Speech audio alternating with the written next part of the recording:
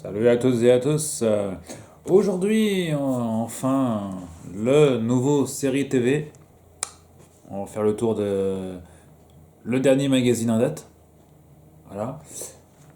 Le seul magazine quasiment complet sur le sujet. Voilà. Seul magazine français, bien évidemment. Ici, on vous indique qu'il s'agit d'une nouvelle formule. Voilà.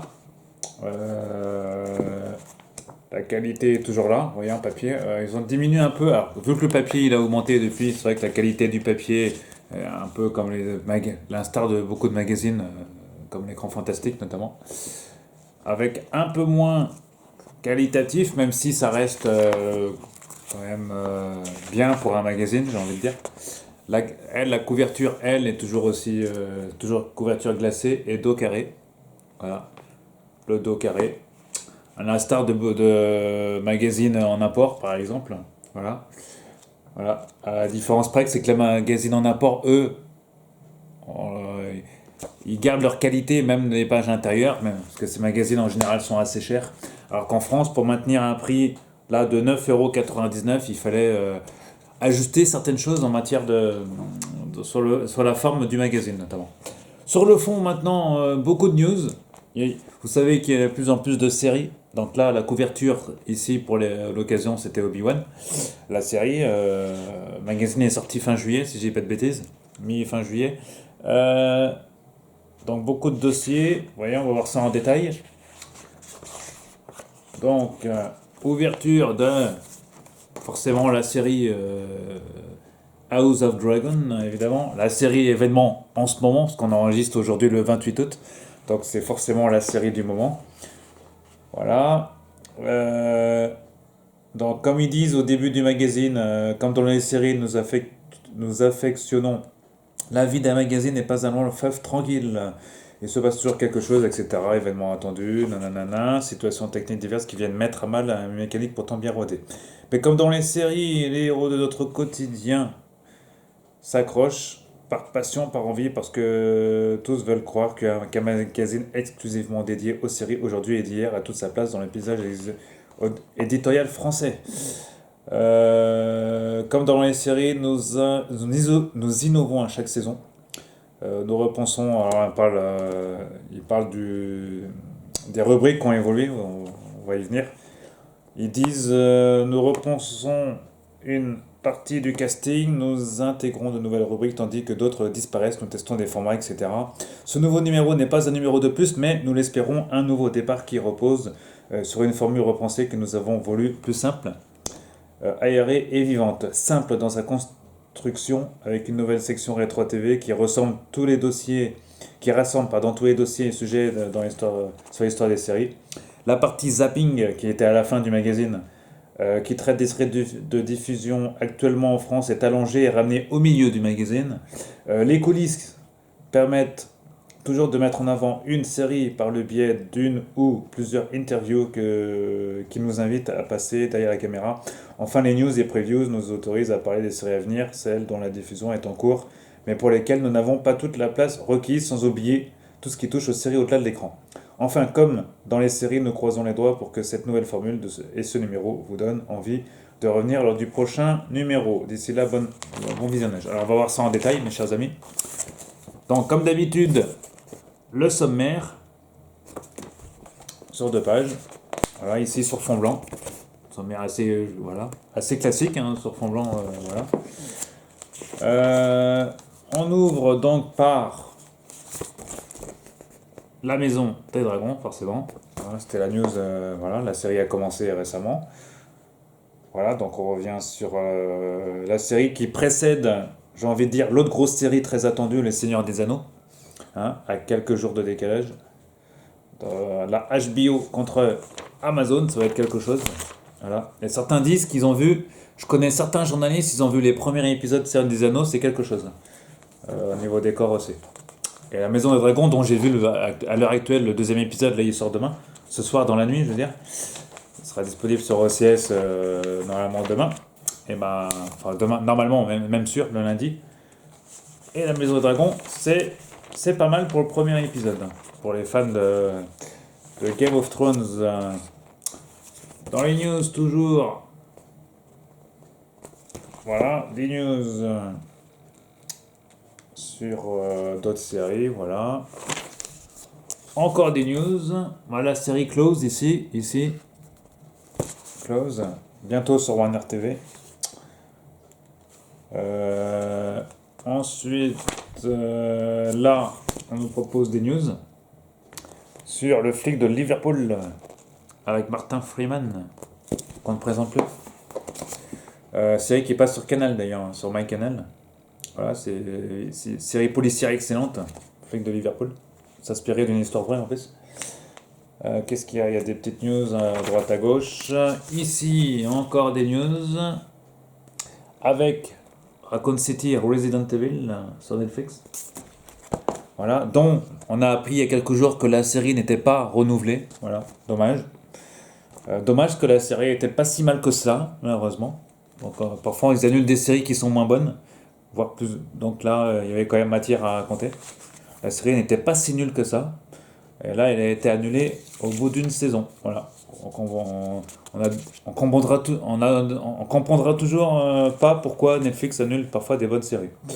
Pour rester dans les zombies, là ils nous annonçaient le spin-off, la mini-série de 6 épisodes sur The Walking Dead. Voilà, entre autres. Sur la deuxième partie des news, on revient sur les contes de... Enfin, Creepshow, plus connu en France sous les contes de la crypte. Troisième saison. Voilà, en France, ça passe sur Paris Première. La série de David Simon, ici, celui qui avait fait Sur Écoute, The Wire. Voilà, nouvelle série sur OCS. La série avec Joseph Gordon-Levitt, et Kyle Chandler et Uma Thurman, ça s'appelle Super Pump. Parcours du PDG qui a lancé en gros Uber. Voilà, l'histoire, la série c'est disponible sur Canal+ également, entre autres. Voilà, ici encore des petites news du Netflix. La rubrique Parole d'expert.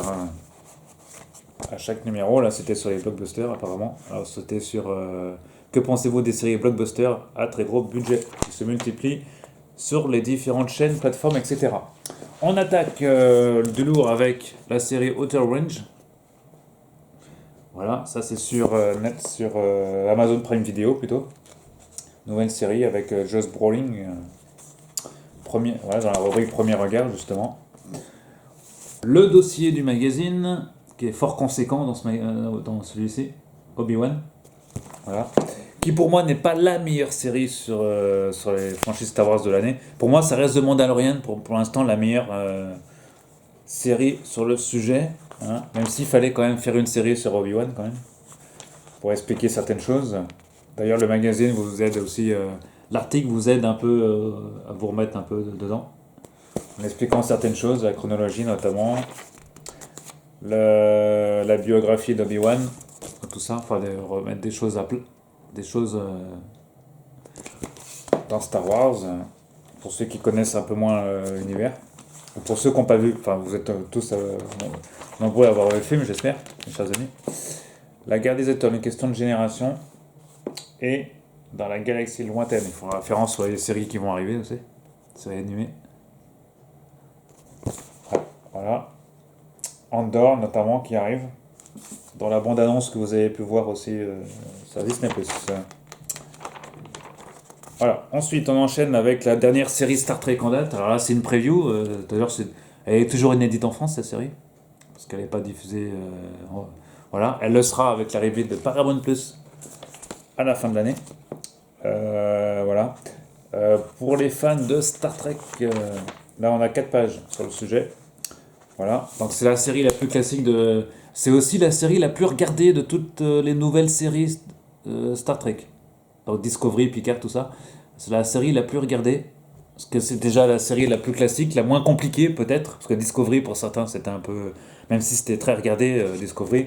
Là, on a Star Trek Strange New World. C'est vraiment la série la plus regardée. Parce que ça se passe avant Classique. Parce que c'est Pike, hein, quand même. Donc et là, cette série aussi a attiré de nouveaux fans, encore une fois de plus. Voilà. Donc là, on vous explique le contexte pour ceux qui connaissent pas trop Star Trek. Donc on vous explique que c'est Gene Roddenberry qui a créé la série 66. Un retour aux sources. On y reviendra plus en détail dans une autre vidéo, ce sujet. Retour aux sources. Donc Discovery de première 1, Mythic Enterprise, etc. Parmi les nouveaux personnages centraux de Strange New Worlds, nous retrouvons le capitaine Pike, Una, Chin, Riley et Spock bien sûr, mais également un jeune Nyota Uhura. Uhura, le personnage, le premier personnage noir, aussi dans une série à avoir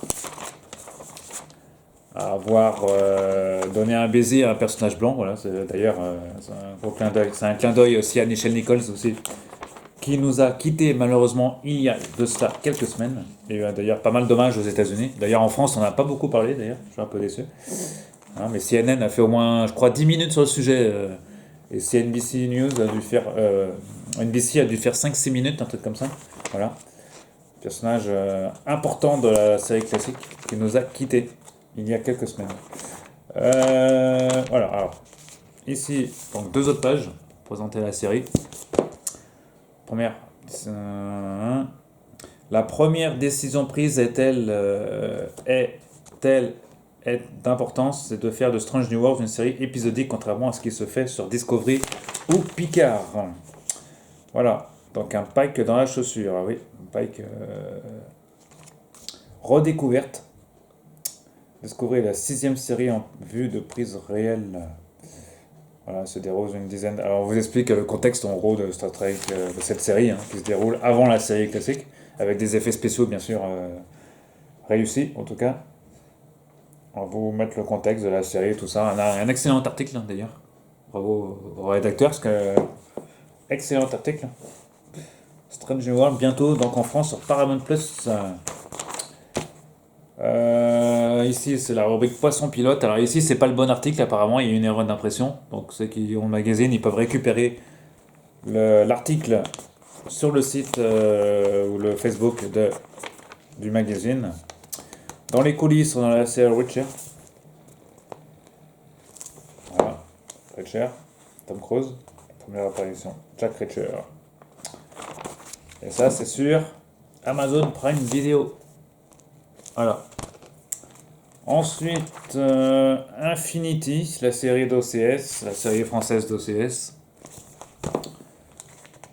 De Canal+, pardon, de Canal+, et non pas d'OCS. Voilà, série française. Vous êtes nombreux à avoir regardé, mes chers amis aussi. Disney, autre série française, la première série française d'ailleurs, deuxième série française proposée sur Disney+. Il s'agit de Parallèle. Alors, beaucoup d'entre vous l'ont regardé aussi cette série. Voilà, donc on revient dans le magazine sur l'histoire, tout ça. Qu'est-ce que c'est?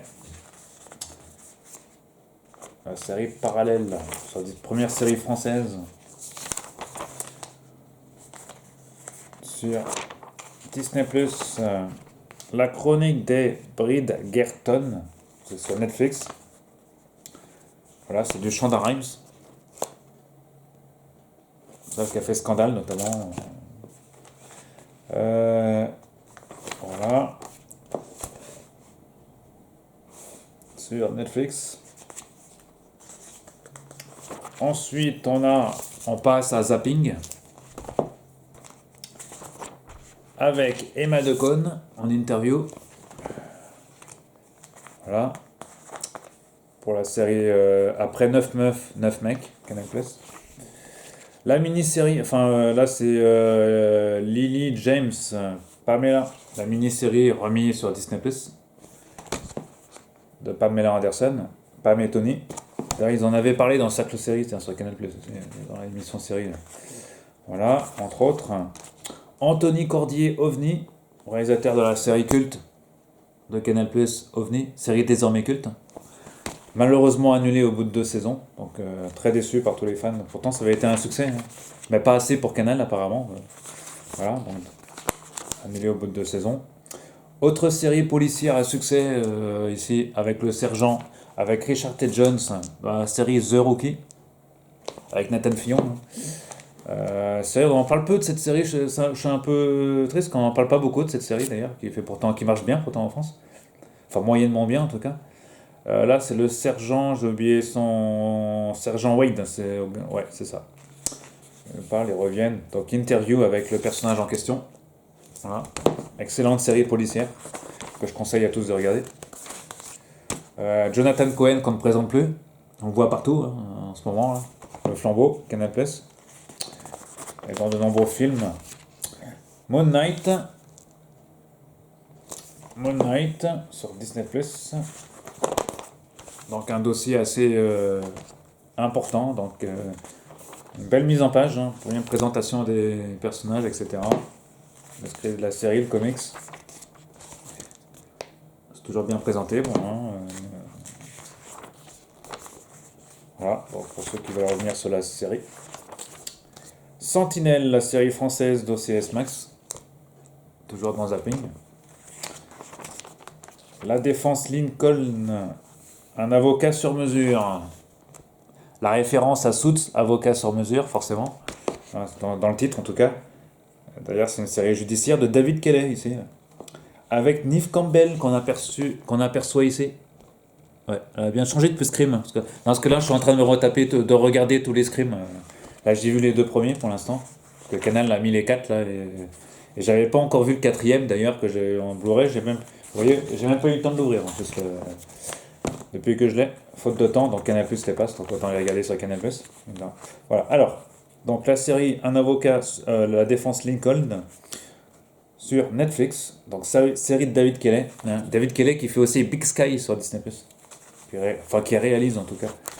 Qui produit la série excellente série Big Sky sur Canal Plus également. Autre série culte, j'allais dire, ou à le devenir. The Gilded Age, par les producteurs, le producteur de Downton Abbey, à savoir Monsieur Julian Fellow, qu'on avait pu voir aussi dans l'excellente série Le Cercle série sur Canal+, aussi, tous les mois. Là, il s'agit de Downton Abbey version américaine, en gros, quoi. Voilà. Donc, avec toujours des beaux costumes, tout ça. D'ailleurs, ça précède un article sur, justement, Downton Abbey. Grand succès international. Ici, on revient sur le 2e film qui est sorti en France au cinéma, que j'ai moi-même pas vu d'ailleurs, pas encore vu. Je me jette sur le DVD. 27 avril 2022 au cinéma. Voilà. Donc c'est le dernier film en date, évidemment pour tous les fans de la franchise que vous êtes nombreux. HPI, série française que vous connaissez aussi pour ceux qui regardent. Ça c'est un tiroir meilleure audience sur la TF1. Série aussi qui a du succès à l'international. Donc on revient sur cette série française. Stranger Things volume 1 saison 4. Volume 1, enfin maintenant volume c'est plus trop parce que à l'heure qu'il est, les 2 volumes sont déjà sur Netflix. Oui, Netflix, oui. Voilà, moi je viens à peine de commencer à reprendre la série parce que faute de temps, j'avais pas pu. Pour l'instant, j'ai dû voir 4 épisodes, un truc comme ça. Voilà, alors pour moi, c'est pas la meilleure série de l'année. Bon, c'est pas mal, fantastique. C'est bien de regarder, de retrouver cet univers en tout cas. Voilà, 4e, qui est d'ailleurs la dernière ou l'avant-dernière saison, je crois, je sais plus. Je crois que c'est l'avant-dernière. Il doit rester encore une saison, je pense. Ouais. Une fois que la saison 5 sera disponible, mais d'ores et déjà, une éventuelle dont été plus que réjouissante. Ouais, c'est bien de retrouver tous ces gamins, des années. Ils ont grandi depuis, ils ont bien grandi, on les reconnaît. Ça à peine si on les reconnaît, quoi. En tout cas, par contre, leur coupe des années 80, là. Alors, Stranger Things, donc excellente série, bien sûr, sur Netflix. C'est encore la série la plus regardée sur Netflix, l'une des séries les plus regardées. Autre série culte sur Canal+, Paramount+, Halo. Voilà, dans Canal+, c'est approprié la diffusion en attendant Paramount+. À la fin de l'année, qui reprendra les droits de la série. Excellente série, Halo, pour les fans, pas que pour les fans de jeux vidéo de Microsoft, mais aussi pour les autres. Voilà, excellente série.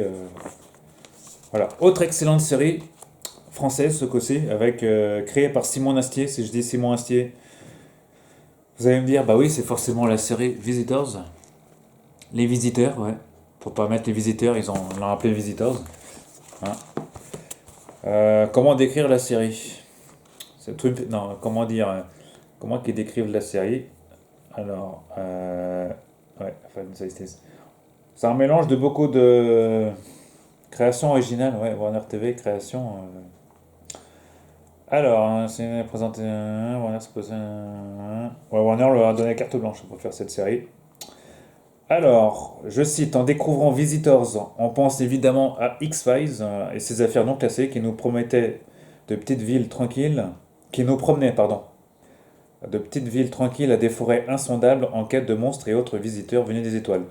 Nous ne disons ni dirons rien de l'intrigue et ses rebondissements, car Visitors ne s'inscrit pas seulement dans les traces de la série imaginée par Chris Carter, jouant sur plusieurs tableaux simultanément. En gros, il y a pas mal de références à Visiteurs, Twin Peaks, tout ça. Enfin, vous voyez, il y a beaucoup de références, beaucoup d'humour aussi. Voilà. Un peu à la française, j'allais dire, du Spielberg aussi. Enfin, c'est très mélangé, c'est pas mal. On a envie de regarder la suite. Et vu que ça s'enchaîne très vite, parce que c'est du format français, ça dure pas 3 quarts d'heure. Hein, ça dure 25 minutes à chaque fois. Donc, voilà, c'est disponible sur Warner TV, ça se regarde super bien. Pour les geeks aussi, que vous êtes, les geeks, beaucoup de références. Avec un casting de fou dans la série, ouais, que vous connaissez tous. Beaucoup de références. HeroCorp, évidemment. Disons Auto de Spiro, ouais. Beaucoup d'acteurs très connus. Alors regardez, sur Warner TV, ça sort aussi en Blu-ray et en DVD aussi. Voilà. Une série dont je porte le t-shirt d'ailleurs. Chroniquer, enfin une chronique sur Chucky. Ça y est, il était temps. Voilà. Chucky, la série, enfin disponible. Ils ont mis dans Zapping parce que c'est visible en France. C'est passé sur Salto. C'est disponible sur Salto la première saison. Normalement, la deuxième saison arrive en octobre. Okay, elle avait déjà été confirmée. Pour ceux qui ont vu la franchise, les films, regardez la série parce qu'il y a beaucoup de références. Hein, il y a des références à tous ceux qui ont vu les films dans la série. Même si le début démarre un peu classiquement, on va dire. Hein, on va dire passer des 3-4 premiers épisodes. À partir du 4e, 5e épisode, là, on commence à rentrer là, ça commence à devenir intéressant. Comment qu'ils décrivent la série dans ce magazine? Une ville américaine idyllique, plongée dans le chaos après la découverte d'une poupée vintage, good guy, hein, dans un vide-grenier de banlieue. Très vite, tout le monde doit faire face à une série de meurtres horribles qui commençaient à exposer les profondes hypocrisies et les secrets cachés de la ville. Pendant ce temps, des amis et des ennemis du passé de Chucky reviennent dans son monde. Ils menacent d'exposer la vérité derrière ses origines mystérieuses pour révéler le monstre qui est devenu et ce que l'on connaît tous.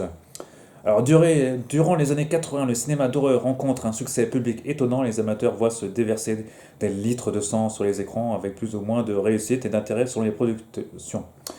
Au milieu de ce cauchemar jouissif, certaines figures s'imposent comme des incontournables dont nous retrouvons les exploits au gré des nombreux films dont ils sont les héros. C'est ainsi qu'en 1988, la poupée Chucky intègre le cercle très fermé des tueurs psychologiques. Aux côtés de Michael Myers Halloween, Jason Voorhees Vendredi 13, Freddy Krueger Les Griffes de la Nuit ou Leatherface Massacre à la tronçonneuse. Inspiré par Don Mancini à partir du jouet Mr. Buddy, une poupée à destination des garçons commercialisée par Hasbro en 1985, et oui, peu de personnes le savent ça. Chucky est une poupée diabolique qui abrite l'esprit d'un tueur en série. Charlie Ray, dont le nom est composé à partir de ceux des vrais criminels que sont Charles Manson, Oswald ou James Earl Ray, baptisé Jeu d'enfant et réalisé par Tom Holland, le premier opus de Chucky rencontre un franc succès.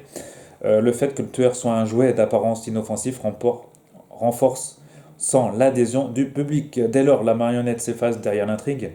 La voix désormais culte de la série Brad Dourif, qui double depuis les 9 films, quasiment, tous les films. Sauf le remake de 2019 qui est pour moi un peu moins réussi que les autres. Enfin, moins réussi, non. Le remake est pas mal. C'est pas la même poupée, mais c'est pas dans la franchise. C'est pas canonique comme les autres, parce que c'est un remake. Là, avec la série, on est dans le canonique. La série parachève l'immersion, a devenu le personnage central d'une saga qui compte 8 films à ce jour, dont un remake réussi mais dispensable.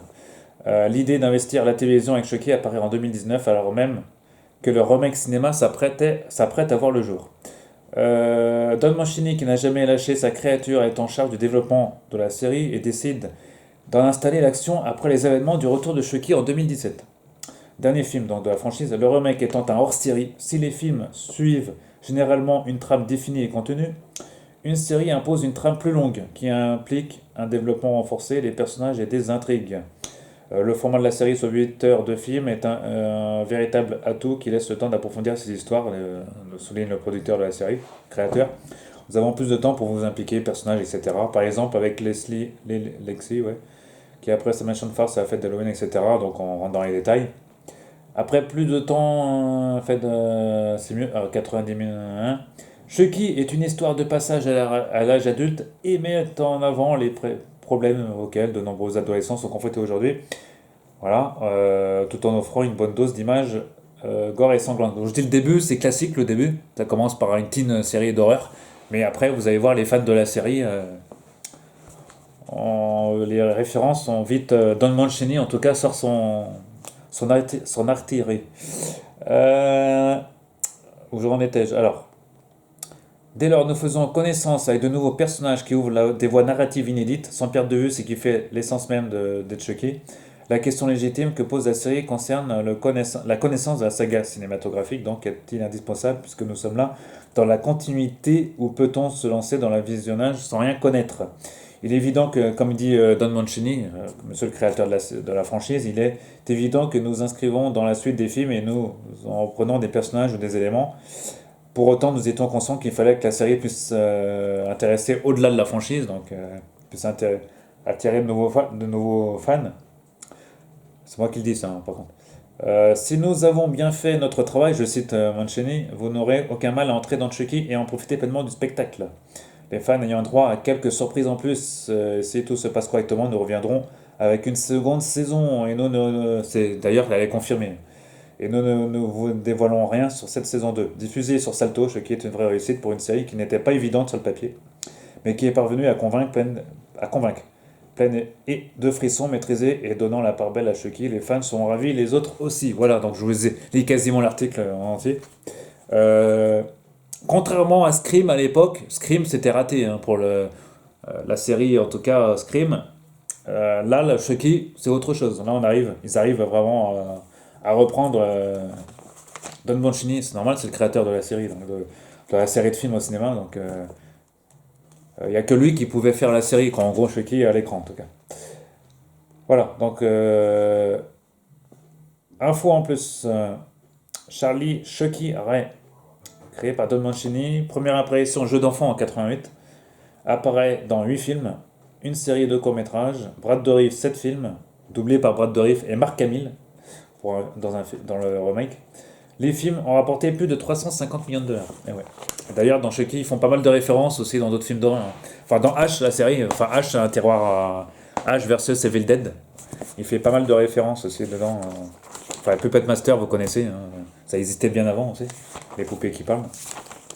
D'ailleurs, je vous invite à vous reporter à un Man Movies qui était consacré au personnage on y reviendra en tout cas, sur ce sujet. Fraggle Rock, pour continuer. Fraggle Rock. Voilà, c'est la nouvelle série, j'imagine. Ouais, 2022, Apple TV. La nouvelle série Fraggle Rock. Une belle réussite. The Equalizer. Le remake de la série des années 80, 90. Moi, j'ai pas trop accroché. Personnellement, je préfère la série des années 90. En thérapie, zapping. Voilà, la série française de Arte. Ça doit être la 3e saison, je crois, non? 2e? 3e? Première diffusion. Voilà. Ensuite, on passe à la rubrique série TV. Rétro TV, pardon. Rétro TV. On revient sur les séries pas forcément récentes. Si Magnum m'était compté, un dossier sur Magnum avec Tom Selleck, un nostalgique. Voilà, ici avec son titre original, Magnum PI, Tom Selleck, un héros. 8 ça suffit, briser le mur, un dossier complet, et le nouveau Magnum avec ici la photo. Le nouveau Magnum, qui est pas qui est en France, c'est pas un gros succès, même si TF1 a passé la série, mais pour moi, c'est un Hawaii 50 bis Hawaii 50 bis, parce que c'est les producteurs d'Hawaii 50 qui font cette série, donc ils font quelques crossovers, on sent qu'ils font quelques crossovers avec la série. Ça aurait pu s'appeler Hawaii Magnum 50, ça aurait pu, non, je rigole, mais voilà. Donc, d'ailleurs, la première saison est sortie en DVD en France. D'ailleurs, à ma grande surprise, je savais pas qu'elle sortirait quand même la première saison en France. À l'heure où la saison 4 va être diffusée aux États-Unis et où les 3 saisons sont disponibles. Donc, comme quoi, sur matière de DVD en France, on a quand même un peu de retard, hein. Carlton Cuse. Voilà. On revient sur sa carrière et toutes ses séries, hein, de Lost de Briscoe County à Lost, Flic de Shanghai, Bates Motel, et j'en passe. Sachant que son super pote, j'allais dire, avec qui il a travaillé pendant de nombreuses années, c'est celui qui s'occupe de la franchise Star Trek, Alex Kurzman, avec qui il a réalisé Lost, développé Lost. Alex Kurzman, comme vous le savez, c'est le nouveau Rick Berman, enfin c'est lui qui a repris la franchise Star Trek. Il était une fois l'animation dans les années 80, la deuxième partie. Voilà, donc avec la 5, Youpi, l'école est finie, tout ça, tout tralala. Le Club Dorothée à l'Art Cobra. Un monde fou fou fou, enfin toutes les séries, voilà. Ils reviennent tout ça, hein, là-dessus. Pour ceux qui ne lisent pas Animeland, hein, voilà.